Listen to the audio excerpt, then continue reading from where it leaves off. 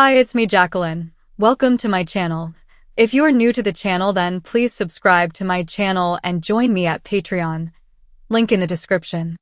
Georgie came back into the room carrying the enormous vanity case she had brought with her.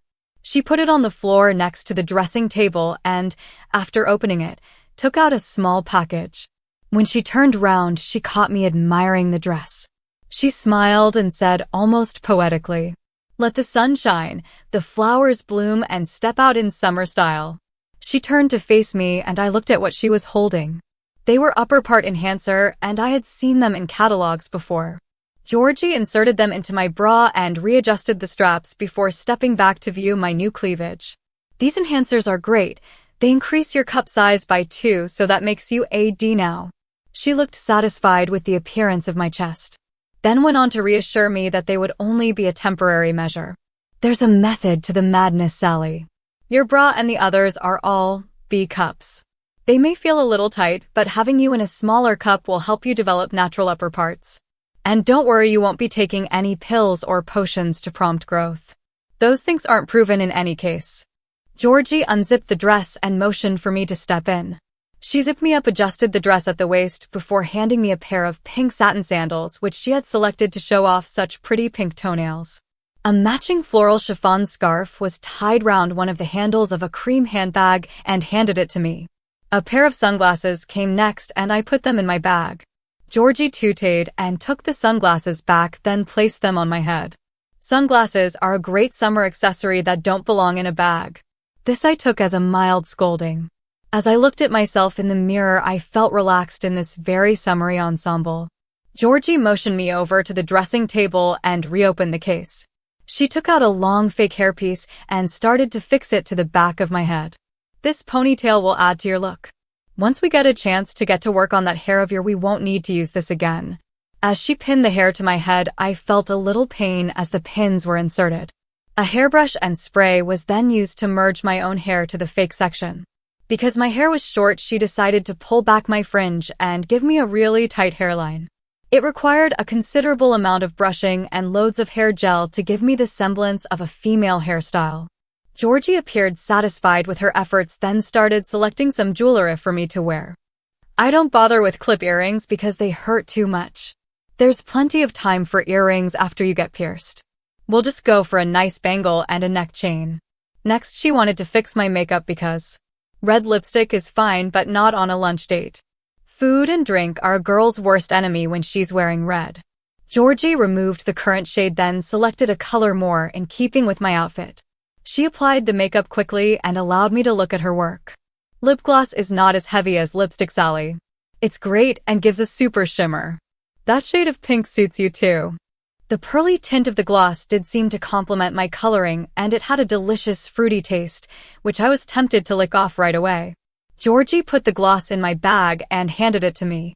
"I see you've discovered another plus about lip gloss. You'd better take this with you. Now up you get, I need to do a bit of fixing myself."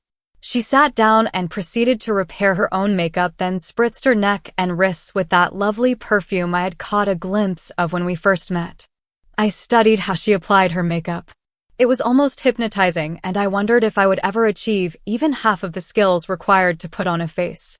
When she had completed her routine, she returned the products to the large vanity case, locked it, then lifted it to take it back downstairs with her. "Come on, Sally, let's eat." Together, we headed back to the lounge where we found the other ready to go. Laura picked up her bag and she headed for the front door with Miss Roberts just behind her. Cindy fixed one of the straps on my dress that had got crisscrossed, then commented, "We thought you were never going to be ready," followed up with, "Love the dress, Sally." Laura warned me that it would not be too long before they would be borrowing things from me. Lunch turned out to be Georgie's treat. She took us to one of her favorite eating places, where the manager, Andrew, was just adorable when it came to getting a table at late notice. It was a very sophisticated restaurant and very busy even this late in the afternoon. We were ushered to our seats by Andrew himself, and he took his time to carefully pull out each chair and wait for each of us to be seated. He did not recognize me and inquired to Georgie, "And this is?" Georgie smiled and replied, "This is Sally. Sally, this is Andrew." I managed a smile as Andrew said he was very pleased to meet me. He then handed out the menu and said he would get a waiter over to serve us. The prices were astronomical. My shimmering pink nail polish distracted me as I ran my finger down the choices. The glint of color was wonderful and wearing it made me feel good. Georgie was sitting directly opposite me and she suggested, "I'd go for the chef's salad, Sally. It's yummy and won't put the pounds on." I nodded. Laura was sitting on my left and she whispered in my ear, "Remember to keep your knees together. And it helps if you do the same with your ankles." Again, I glanced down and pushed my knees together. This was going to take practice before I did not need reminding of the correct posture. She motioned to her own legs as if to demonstrate how I should be sitting, but she was wearing jeans and trainers while I was having to keep checking the hem of my dress if I wanted to avoid it riding up whenever I sat down. Then there were the high-heeled sandals to contend with. All the time I was aware that Georgie was studying my every gesture. Obviously, she was assessing me in a live situation rather than the confines of a bedroom or lounge. When the lunches arrived, we were all quite hungry. It suddenly occurred to me that, since Friday, all I had eaten was some takeaway lunch en route to Miss Roberts' house. As it was now Sunday afternoon, I was ravenous, but this was the first time I had actually felt like eating. Perhaps my adrenaline had kept my mind off food? The salad Georgie had recommended did not look as if it was going to satisfy my sudden hunger pangs, even though the vegetables were quite large chunks.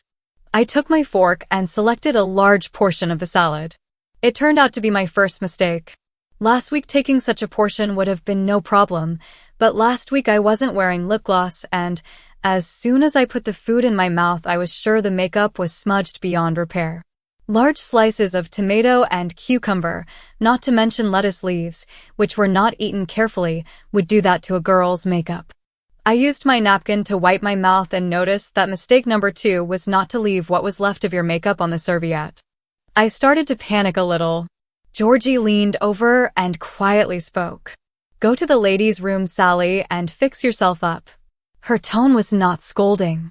When she spoke, she seemed to have a calming effect and did not come across as threatening at all. I excused myself from the table, taking my bag with me, and went off to find the ladies' room. As I was walking away, I heard Georgie say to Laura, "Let her go herself, Laura. She has to learn." When I reached the relative quiet of the ladies, I stood over the wash basin and my reflection stared back at me from the mirror. My makeup was in fact in need of repair, and for a second I thought I was going to burst into tears.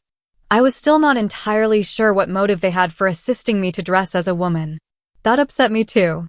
Perhaps having only experienced long-lasting stay-put lipstick, the ease with which the gloss had come off my lips had caught me very much by surprise.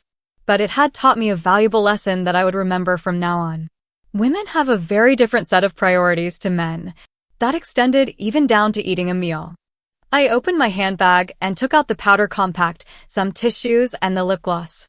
I wiped away the last remaining traces of the gloss from my mouth, then used the powder compact to fix up the area around my lips and chin. The small sponge at the end of the lip gloss wand allowed for a smooth application of the shimmering liquid, and I started to calm down. A few flecks of mascara had strayed onto my under-eye area. Although the product was waterproof, it probably got there when I had blinked during the application. I used the powder sponge to remove the marks, then dusted my nose and forehead to remove the shine. The face that stared back at me was now in much better order than when I had first come into the washroom. I replaced my makeup in the handbag, then ran a hand through my hair. The ponytail was quite long and it was not the most comfortable thing to wear. I would be glad to get my hair styled if only to avoid having to continue wearing extensions.